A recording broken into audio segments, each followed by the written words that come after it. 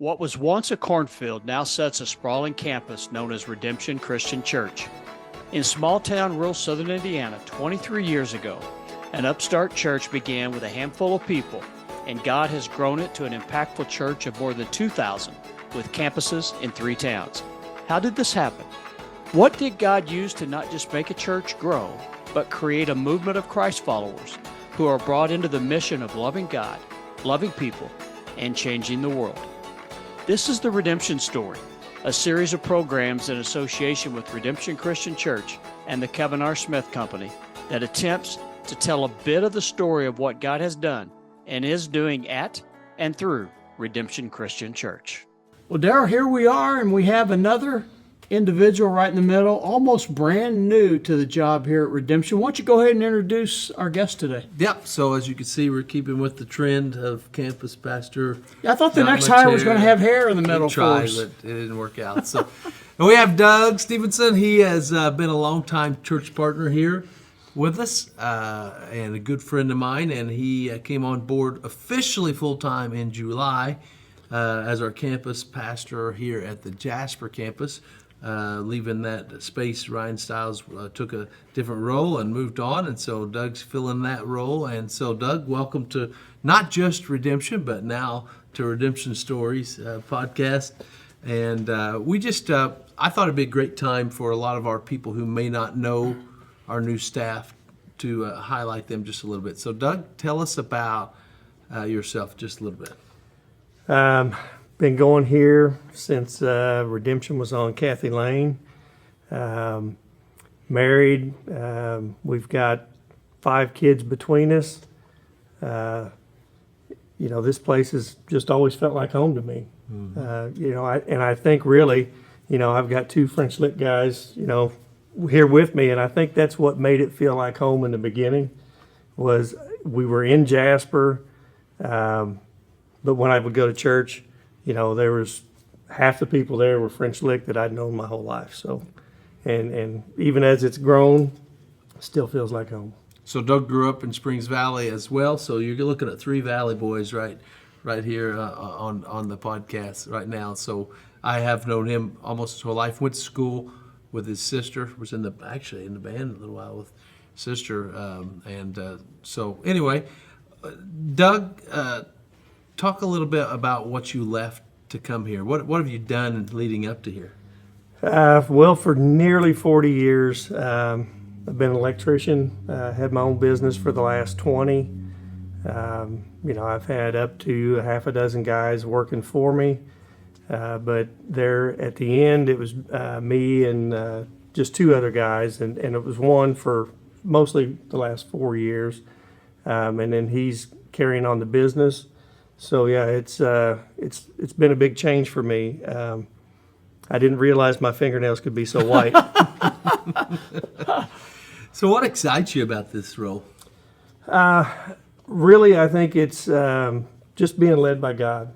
Just following, and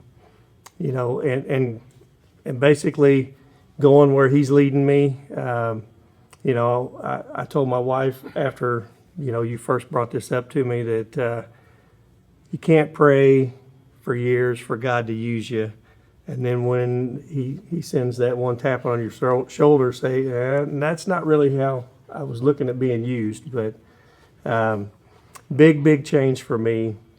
But it's been good, and I'm really looking forward to what's coming. Doug, talk about the change itself. For those of us maybe that haven't made this type of transition, running your own business, being the man, so to speak, in that regard, and yet serving God in that row and just taking a different row to continue serving Him. Yeah, I feel like I've always been, working for God. Even when I was doing my work, I never felt like, I was trying to make a fortune and get out of it. I just wanted to do good work and take care of people, really. And this just gives me an opportunity to take care of different people, in a different way, but, still looking after people. Well, everyone's very excited for you, obviously, in that regard. And Daryl mentioned Valley Boys. I haven't been called a boy for a long time in that regard. I'm not sure I still resemble that. The two of you look a lot younger than probably your age is. But Doug, when Daryl said new employee or new member, really you've been working at Redemption, so to speak. And I use the term work very loosely in this regard. It's been a calling, as you mentioned. You joined the church when it came down on Kathy Lane, but you've been working in the backdrop. Why don't you talk a little bit about that experience and maybe how that's helped you be prepared for today? Well, I can tell you that I wouldn't be where I'm at without my wife. You know, I can still remember her telling me, "Hey, I signed us up to be greeters." And I was like, okay, that was a big step in itself right there, So we have worked on the First Impressions team for a long time. We've worked at Next Steps. Youth coach. Yeah, I work, and work is a really loose word. Yeah. But I'm here on Wednesday nights with the kids at the well. I've been there for the last 6 years, and that really has felt like it's starting to pay off. When you get a bunch of sixth grade boys, it doesn't feel very fruitful, in the beginning. It's some long, rough nights. They're fun, but keeping them focused is a whole nother story. Doug, the title of the video podcast that we do is The Redemption Story. When I sat down with Daryl, it's been almost 3 years ago now, we started the ideation process. The first thing he said was, I don't want this to be about me, Daryl Land, in that regard. When you see the title, The Redemption Story, with your experience more than 20 years with the church, seeing Daryl and the team members who have been here, some have moved on to continue the mission, and some are continuing with the team, how would you define the redemption story from Doug Stevenson's eyes? Redemption for me has been a lot about growth. We came in, when we started going to church, I think in Kathy Lane, there might have been 30 or 40 people there, a lot of Sundays. And, it has just grown. And, I feel like personally, in my own walk, it's kind of taken that same trajectory. But, it has been really, really neat to see how this has really exploded down here. You wouldn't really think, Daryl said this a lot, starting a Christian church down here in Du Bois County. You just don't think that that's the thing that's going to take off and go. And what I have seen on Sundays and on Wednesdays too is people are really looking for God, and it's really great to see that. It's great to be a part of that. So that's where I would sum it up. Just growth. We're just coming out of a series where we talked about hearing from God, and different ways of hearing from God. And one of the sermons I got to preach was how do you hear from God from the Holy Spirit. And really, Doug being in this position was really an example of that. When I had the conversation with Ryan Stiles that he was going to move on, and we started thinking about what do you do to fill that spot. You could hire somebody from outside with ministry experience, but they don't really get that DNA. Mm-hmm. Well, do you have somebody on your staff that can fill that spot? Well, we didn't really, because they had important roles they were doing, and it just really wasn't the time to shift them around. And so then you could start thinking, well, who do you have already in here that's already doing that work? And first of all, I feel like when you start thinking about it, God clearly put on my mind Doug as one of the options. I feel that very clearly, and I ran that by some of the lead team, and they were like, oh, wow. Well, I can just tell you without any shadow of doubt, Michaela Lance is our student minister, kind of oversees that whole thing, and do the kids at Jasper campus as well. And she has led Doug as a youth coach for 5-6 years now. Yeah. And she immediately is like, I could work for him. Like, that was her thought process right off the bat, because that's her direct report as the campus pastor. And so it just felt like a real natural fit. I feel like God gave us that thought, and then a real natural fit. And I think when you see somebody that's already, you mentioned it, already doing it, mm-hmm. that's a great person to put in that role. And really, to me, he's really the only person that we had any serious conversations with about it, because it was unfair. We were on a spiritual retreat weekend working something called an Emmaus Walk Thursday night. We were on the team, and I said, Doug, I got something I need to talk to you about.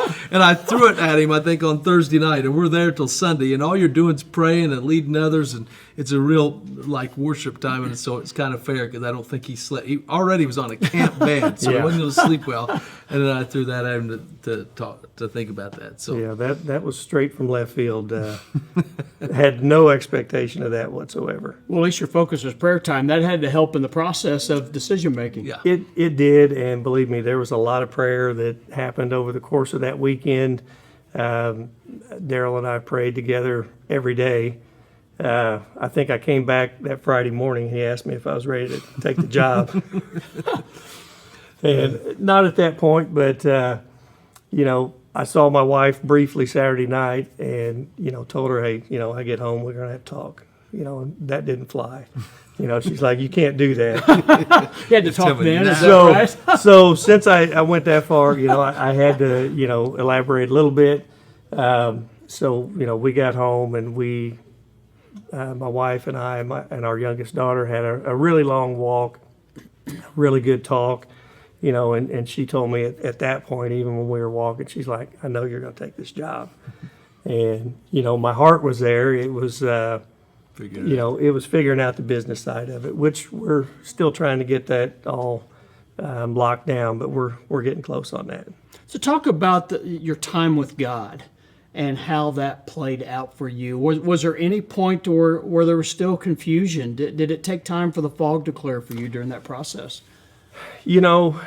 I just had this conversation with somebody yesterday, I think, that just that weekend while we were at camp, it's like, I never had a big aha moment, like, yes, you're going to do it. But it was like I just kept getting these little things. There was a good friend of ours was giving a talk, and he talked about how when he was 57, his life changed, and, he made a lot of changes in his life. And he got done talking, and I approached him, and I said, I'm going to be 57 this year. And, that one hit me. And, it's like daily devotionals, that I'm reading. And I go in Friday morning, and my devotional just hits me, with, this is the way you should be going. And it was just, a string of small things, with definitely did not hear any, no, you don't want to do this. It was just a combination of a lot of little things, I think, that pointed me this way. When you were going through that decision process, your time with God, your prayer with Daryl, your walk and your talk, and I'm sure prayer with family, what stood out to where, man, as Doug Stevenson, I am a good fit for this? I'm still working on that. Really, all I had to go by there was, Daryl thought to ask me to do this, and I still, if I had, hair, I'd scratch my head and, run my fingers through my hair and wonder why. But God obviously put me on Daryl's heart. And, that was a big part of it to me, that he would even consider me for it when it was not anything that, I would have ever considered myself for. And Daryl, we've talked in previous podcasts and episodes of the Redemption Story about the process you go through when it's time to bring on new employees. And it seems like in this instance, you found the perfect model to match what you've told us previously in that episode.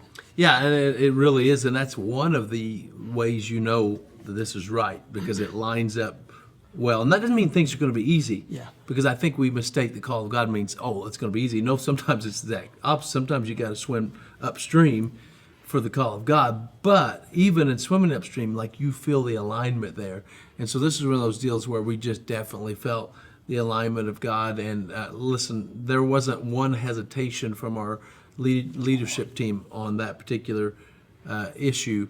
There just wasn't. And to top it all off, Doug has been one of our elders, and so you got to replace that and all that. But all the elders were on board as well. It's like, oh yeah, we've seen him lead. This is good, and so it's just really one of those deals where I think when you're swimming with God, even when it's upstream, it feels right. And I know we talk, you got to be careful about your feelings, but there's that kind of peace that passes all human understanding when you're in the will of God. And that's one of those moments on hires. And so I think I've told you before, I like to hire on character, capabilities, and chemistry. And so we saw with the character and the chemistry, Doug had those already. He had some of the capabilities part, and we knew that there were the type of things we needed to do. He could learn really well. And then there's a fourth C that we don't talk about as much as that's the calling. And Doug has that calling, the here I am, Lord, send me mentality and attitude. And so it aligned itself really well. And I would like to say every hire is exactly like that. It's not, but we've seen it happen more often than not. Well, there's a lot to be said when there's a deal of familiarity, and you've mentioned Michaela and other team members serving as an elder, being a member of the church for more than 20 years. There probably wasn't a first impression necessary, so to speak, when he stepped into the role. No, exactly right. Yeah, there wasn't hey, we have to go out and eat with this guy to make sure he fits kind of deal. It was good. It was good, and we're happy to have him on board. And I will tell you already, he's hit the ground running in terms of the role. And one of the things I like about Doug, easygoing guy, very easygoing, and yet not afraid to give pushback on ideas about things in a way that you need on a team like this. So I appreciate him already for that, and I think it's going to be a lot of years of fun partnership here. Well, thank you. And Doug, thank you for being here. And then Doug's going to stick around for next week's episode as well. We're going to talk to him a little bit more about his walk with faith with God and more about his vision for the role that he currently has. So thank you for watching. We appreciate you. We love you. God bless.